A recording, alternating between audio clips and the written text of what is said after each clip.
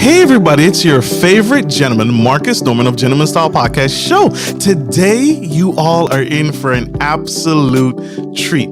This woman is absolutely phenomenal, amazing, stupendous, and I can't wait to bring her to the Gentleman Style Podcast stage. She is changing the way our families and our kids are going to college and attending college, and she's changing the absolute dynamic on how we can do better in 2021 and the foreseeable future. So I don't want to hold this lady back any further.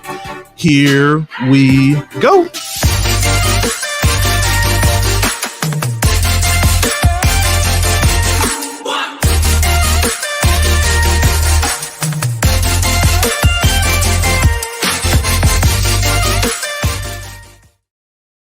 Hey everybody, it's your favorite gentleman, Marcus Norman of Gentleman Style Podcast Show.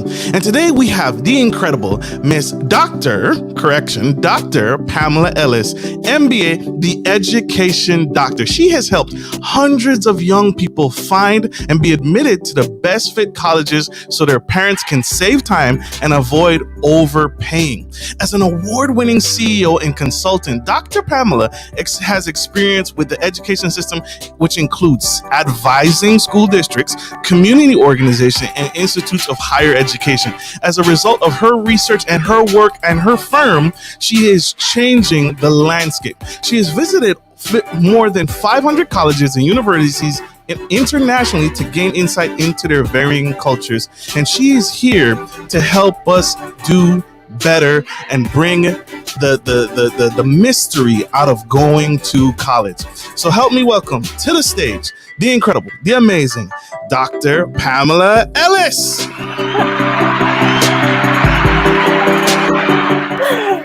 Oh my goodness, Marcus, we're gonna have to do this more often. Yes, I love it. Round of applause, y'all. Too much fun already, and we aren't even a minute into it. I love it. I love it. That's what it's about. Yes, thank you for joining us. I'm excited to be here. And I just appreciate the warm welcome. I really do. So thank you. Absolutely. Nothing but the best for Dr. Pamela Ellis on the Gentleman Style Podcast stage, because you are serving and you are helping us get to a better state. I appreciate you. Absolutely. So, I ask every expert that comes on my show, what's a morning routine that sets the tone for the rest of your day that you do? Is it yoga? Is it meditation? What do you do?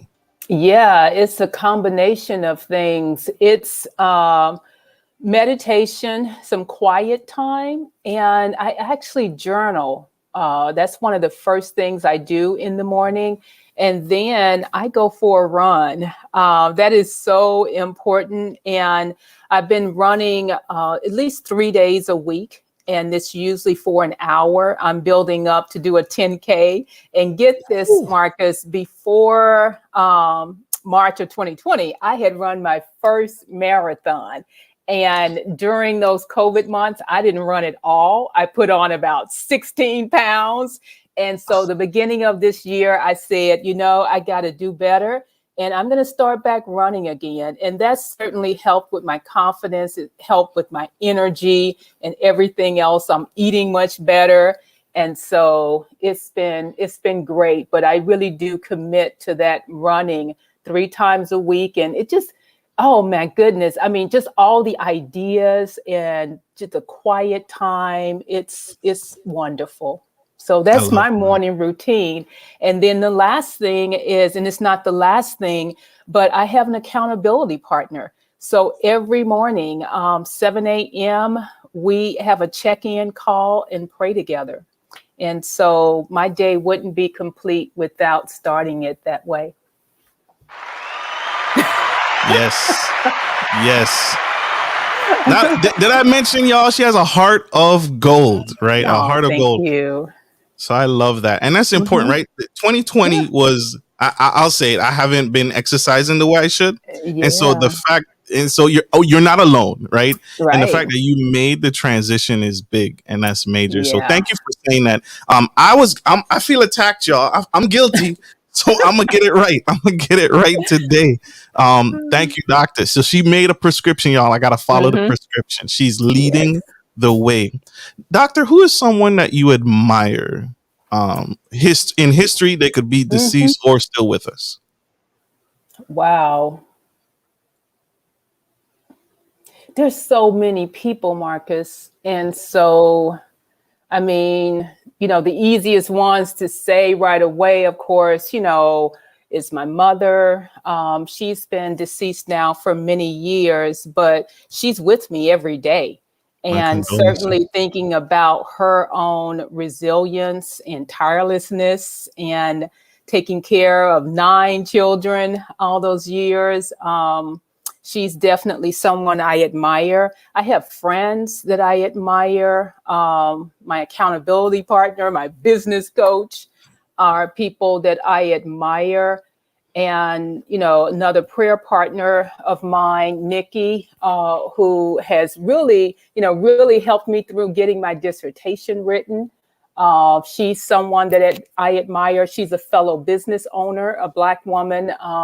She's based out of Omaha now, but originally was in San Diego. And we met when I was out in California finishing graduate school. And so she's been that accountability and prayer partner for many years now and got me through that dissertation. And there's my mother-in-law, that I admire. I'm no longer married, but still, she's very much a part of my life.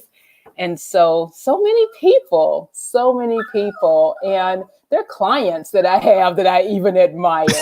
I have some amazing clients that I care for, and students, that I work with that I admire. So tough question. And I feel like I was just kind of all over the map with it, but they're just, a lot of people that I admire and that inspire me on a daily basis and help me to get better in what I do. And so I just couldn't say one person. It wouldn't be fair.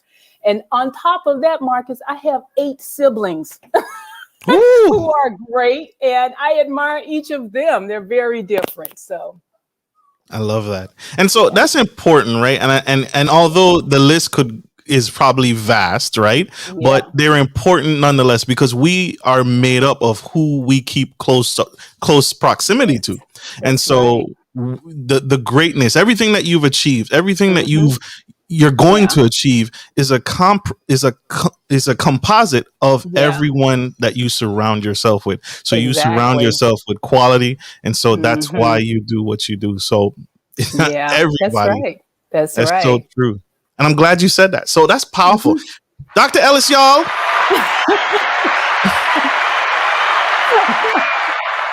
we have one quick commercial break. You guys stay Hmm. tuned, stay with us. Don't Yes. go anywhere. We'll be right back. Support for Gentleman Style Podcast is brought to you by Good day, podcast listeners. This is your boy, Marcus Norman of Gentleman Style Podcast Show. I wanted to let you guys know that we will be rolling out a new feature and adding a join sponsor button next to the subscriber button here at the bottom of your screen. Once you click the button, it will display 3 membership levels. Gentleman Gentry, which is our entry level, Duke Duchess, which is our season level, and the Emperor and Empress, which is our most sophisticated level, which you will receive unique perks and benefits at each differing level and gain access to our community tab. We will also be sharing polls, upcoming events, and interviews, as well as receive feedback from our sponsors directly. Your support helps me find new and exciting guests to bring to the stage live.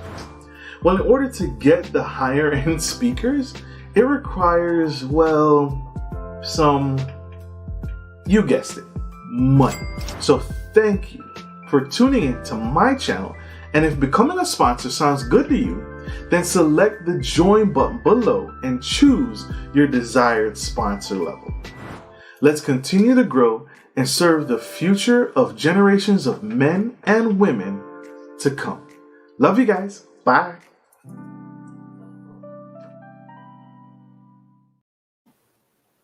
Welcome back, y'all. We have the incredible Dr. Pamela Ellis. And she is here spilling all the tea, well, not all the tea, some of the tea on how we can get to a better education system and how we can Yeah. prepare our kids, our families for Mhm. a better college experience. And that takes preparation, Yeah. that takes work, and that takes connection to Dr. Ellis Yes. and her firm, because we Yes. can do better. And here she is today on the Gentleman Style Podcast to share some tea with us. And so, Yes. Dr. Ellis, one of the things in your experience, you mentioned your clients earlier. What are some of the things that you're seeing that college students are facing today and they're struggling with? What are some of those obstacles and challenges? Wow, Marcus. The biggest thing actually is mental health. That's what students are struggling with most. And I see this at the high school level as well as my college students struggling with motivation, struggling with just remembering to take care. And self-care is something that I preach all the time and talk with my students about. I talk with them about gratitude and mindfulness. And so those kinds of things can help with just girding up their resilience and supporting them with being successful. There's a lot of stress on our students. And one of the conversations that I was having actually just last week with a mom, we were talking about the pressures of being privileged. And so when students already have so much and they see their parents with so much, how that adds additional pressure to them around how can they ever achieve or measure up. And so there's just a lot of stress in so many ways, and not to mention all of the other things that are going on within our environment in the context that they are experiencing, and just having that fear and anxiety, a lot of heightened anxiety as well. And so my heart is just full all the time in terms of really caring for students and making sure that they are taking care of their mental health and taking that time for self-care on a daily basis, and not just doing it, once a month or whenever, but just finding those small moments, whether it's, 10 minutes here to just breathe and taking care of who they are and their own being. And that's a transition, right? And that's a transition, especially when we're Yeah. transitioning from mom and dad's house to Yeah. now essentially being out on our own. And you're not Right. alone, but the Right. responsibility has shifted. And Yes. so self-care we often neglect, right? What is Yeah. we're being dragged in so many different directions when we go to Yeah. college. My Mhm. coach needs this, my college professor needs this, Right.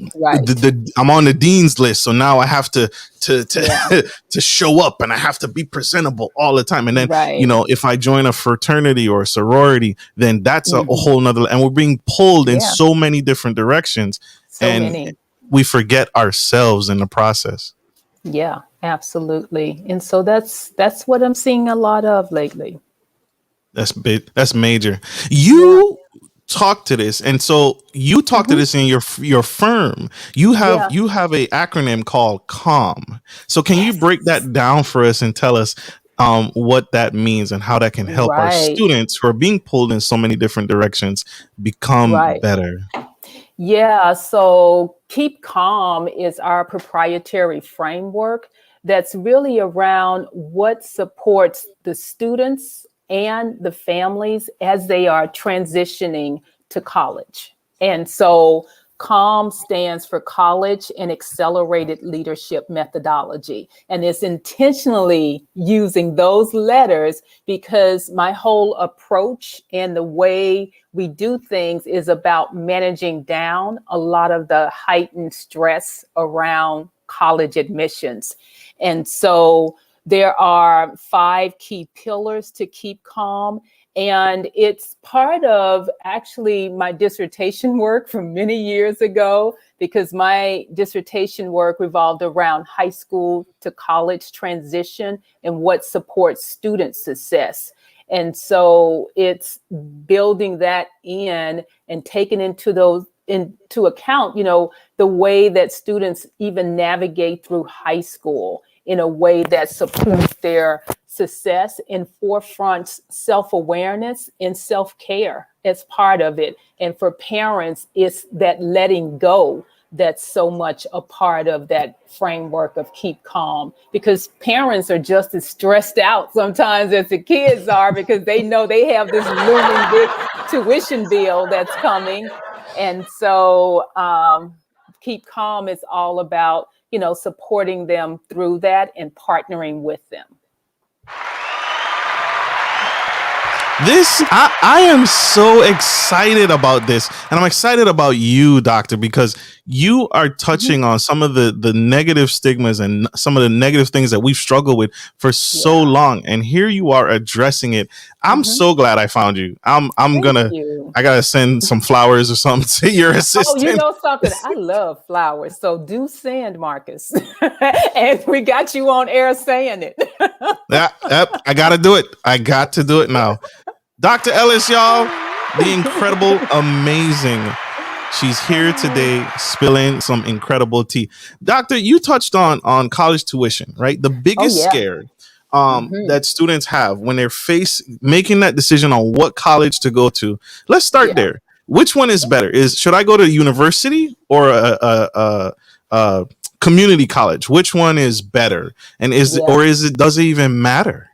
Yeah, you know something, it really depends on the student, Marcus. And so every student's needs are different. And when I get into, talking about those 5 pillars of keep calm, that's what supports students with really, knowing what's a good fit and where they should be.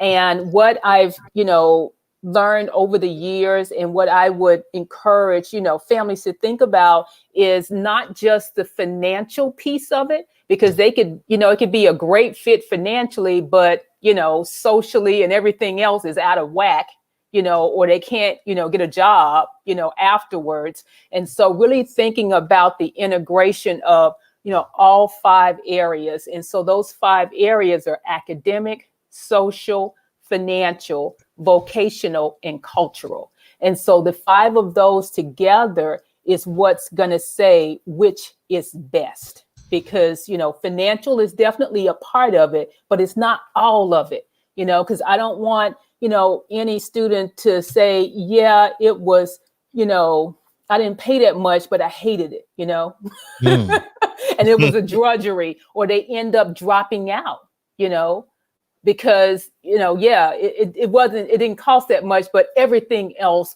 was at a loss for them. Can you mention those 5 pillars again? Oh, yeah. Academic, social, financial, vocational, and cultural. Perfect. I'm gonna put it up on the big screen, y'all. So academic, social, cultural, financial. Those are the 5 pillars that Dr. Ellis and her firm coach to and mentor to. You have a secret, and I want to spill some tea. I want to bring it out to here. You talk about some things, and it starts with the 9th grade. Why should students in the 9th grade pay attention to you and what your firm is doing, and what you call creating their application portfolio? Why at the 9th grade, and why is that significant? Yeah, because 9th grade is such a huge transitional year, and it sets the tone and everything else for the remainder of high school. And so, I mean, things like, just starting to develop that self-awareness, starting to develop that sense of ownership of your learning, and taking time to develop socially, is so critical, because when you do that right in 9th grade, I mean, that makes everything else that much easier to navigate for the remainder of high school. And the thing about it, Marcus, is I, talk to so many families in senior year, and something, senior year is kind of late.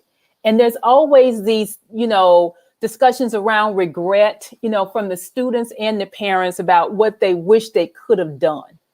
And so catching them at 9th grade is a way to avoid that later regret of senior year or later regret of finishing high school and you feel like you've wasted it. That's Makes not a good sense. feeling. Not at all. Not at all. We don't Hmm. want that. And that's Yeah. why we need to connect. Dr. Ellis, y'all. Yes. You see that? You see, she is a fountain of wealth. We have one more quick commercial break. You guys don't Okay. go anywhere. Stay with us. Stay tuned. We'll be right I'm back. Marcus Norman, bringing fresh vibes to hot topics surrounding culture, relationships, business, finance, sex, dating, faith, and everything in between. Whether you're into passive income opportunities, trending topics and useful relationship tips, or dynamic guest speakers, there's something for everyone. You can expect all that and more every week. If you're down with this content, then consider joining our growing community by subscribing to Gentleman Style Podcast and smash the bell to get on our VIP list. Your support means the world. Thanks for watching. Link to my channel.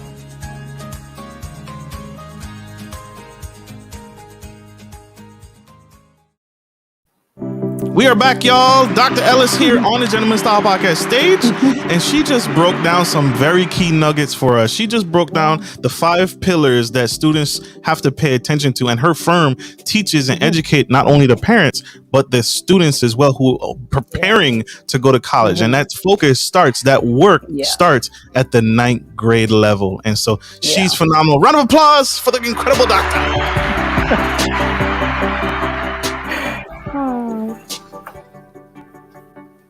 Doctor, I want to talk about your book. Your book is necessary, and it's an absolute page turner. So I'm gonna bring it up to the big screen here. I want to cheat a little bit. And so as I bring it up to the big screen, can you talk about this phenomenal book and tell us what should people expect when they purchase? What are they going to get out of this book? Wow. They're going to get a roadmap and an action plan. And it's really geared towards parents, especially because oftentimes, students may get information from school around what things they need to be doing. But oftentimes the parents are left out of that conversation and they're spending a lot of time late night online looking up information. And so this book is really meant to be that toolkit that can help them with knowing what things they need to know grade by grade. And I break it down, Marcus, month by month. And so if you have a 9th grader and it's October, here's what you need to be doing. If you have a 10th grader and it's February, here's what you need to be doing. And that's something I always wish that I had had as a parent. And over the years, as I've talked with so many parents and counseled them, that's where it came from in terms of developing something that they would find useful and resourceful for them so that they can pick it up at any time. And my hope is that it's a book that they can keep over several years and give them an opportunity to look ahead and to see what's coming down the line and what things I need to do to support my students' success. And so teens may not, be thinking about it in this way, but I know that parents are. And so that's what the book is about. Love it. Love it. Love it. Yeah.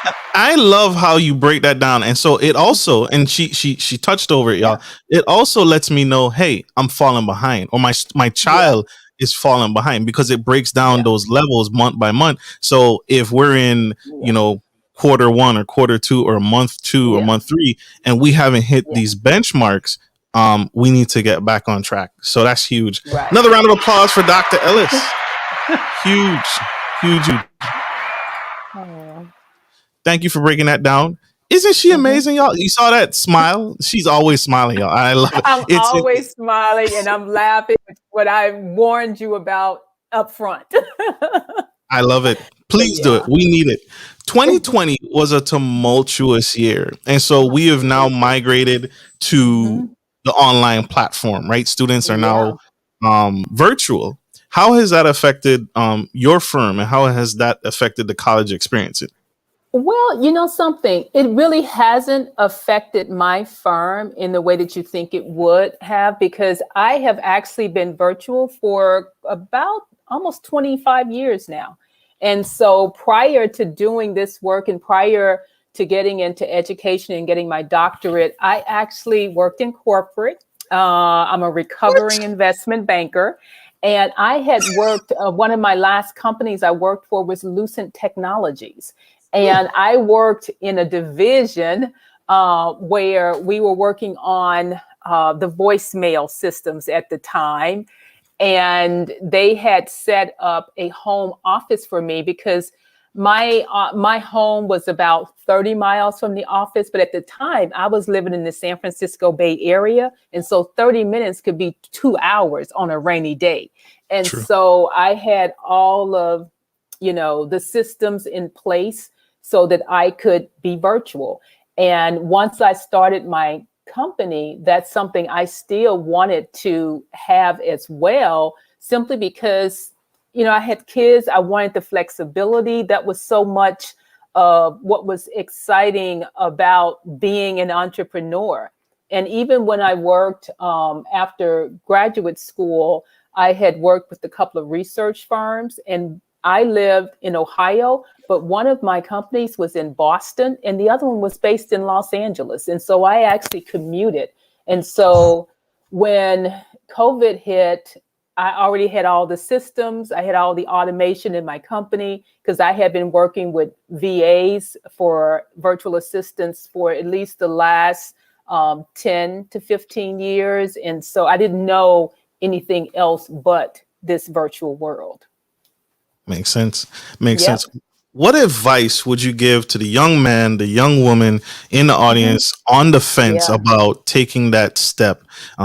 Because like you shared earlier, it can be overwhelming and Yeah. scary to think about going to college for the first time, or going back Yeah. to college for the Yeah. second time, or going back to college Yeah. in my later years. I won't say old, but my Yeah. later years. And so, Yeah. what advice would you say to that young man or young woman in the audience who's on the fence? Gosh. Think about their why. Think about their why and let that be their guide for the decisions that they make around which college, the investment that they're going to make in college, and what they want to do after college. Always get back to what their why is. And that is what can drive you, can get you up in the morning to do it on those days when you don't want to. And also to be able to handle it when there are, those moments where you're somewhat isolated. Because I think that's one of the things that, a lot of students are feeling who are virtual is that isolation because they're doing things on their own. And even though virtual can be convenient in terms of being able to connect, you still don't really connect because it's not in person in the same way that we've grown accustomed to and enjoy. And so thinking about their why, getting back to their why and letting that be their guide. Absolutely. Absolutely. Doctor, what's your favorite way to give back to the community? You give back in so many Oh, different ways, wow. but what's one of your favorite ways to give back? This is going to sound really corny, but smiling. That's not corny.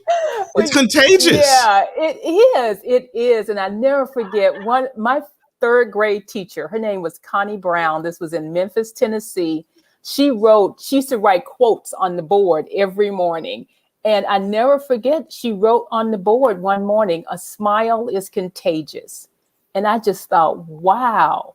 And that, Marcus, has been with me for all those years. My third grade teacher writing that. And I do think that it's a give back because it's something that's so simple, but yet it can brighten someone's day. It can make them feel better about life, even with that small gesture. And it's something that's universal because I can be in Ghana, I can be in Italy or India, or in London or in Mississippi, and someone understands and recognizes the warmth in my heart when I smile. And so that's my give back.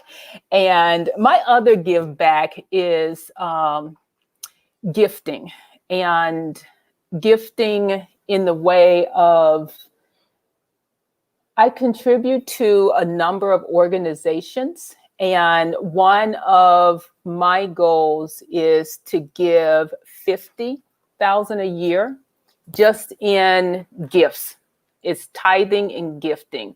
And I am on a good track for doing that. And that's my other way of giving back, because I think that there's so many organizations that need, that extra income, a lot of nonprofit organizations, and that's the way I can give back to them. And I take that very seriously in terms of supporting their efforts, and then also with my time. And I'm a little bit more guarded with my time than I have been over the years. But I don't know, it's something about this past year that's made me a little bit more guarded about it.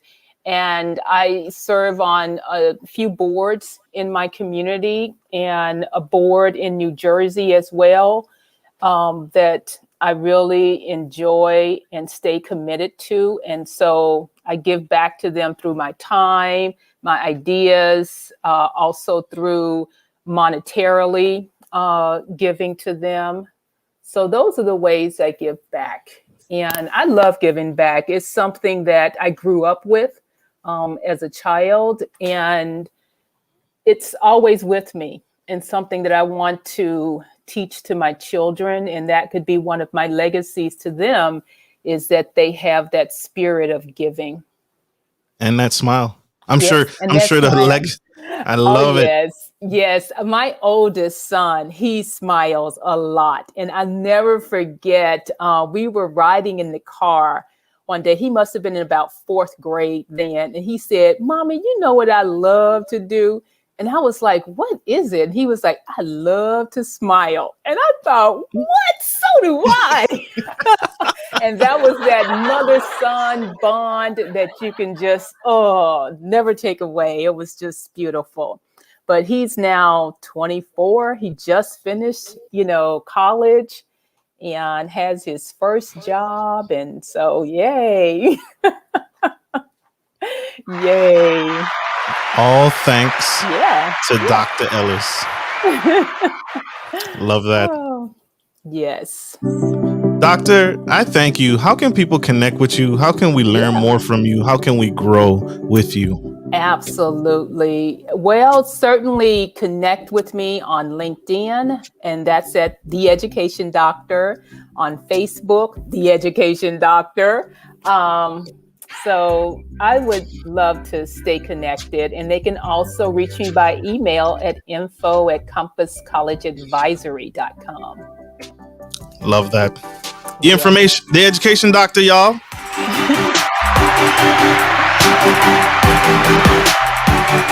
Doctor, you are amazing. I thank you for what you do. And I want to say publicly, don't ever give up. We need you. Thank you so much. And you know something, Marcus, I appreciate that, because today was kind of one of those days. Really? And so, it was kind of a tough day. But yes, I see this as not just my passion, but my calling. And so I don't want to give up. And I appreciate your encouragement to keep going. Absolutely. Absolutely. Yes. Never give up. Never give up. Yes. We need you. The world is changed by you, and we are influenced by you every single day. So I thank you. And we're rooting for you. My audience is rooting for you, and they're applauding for you all show. I want to thank you all, my audience, for tuning in. We have to let the good doctor go. She has several companies to run and some students to put in college and families to help. And so I thank you all for tuning in. I hope this message has served you. I hope this has been impactful. I hope this has been powerful. And check out that website, compasscollegeadvisory.com. And that's also that email at info@compasscollegeadvisory.com. Yes. Check it out, connect, and let's grow together. Like I end every show, take care of your families, take care of your friends, and always, always take care of business. This is Marcus Norman of Gentleman Style Podcast Show. and Dr. Pamela Ellis, the education doctor, signing off. Love you guys. Bye.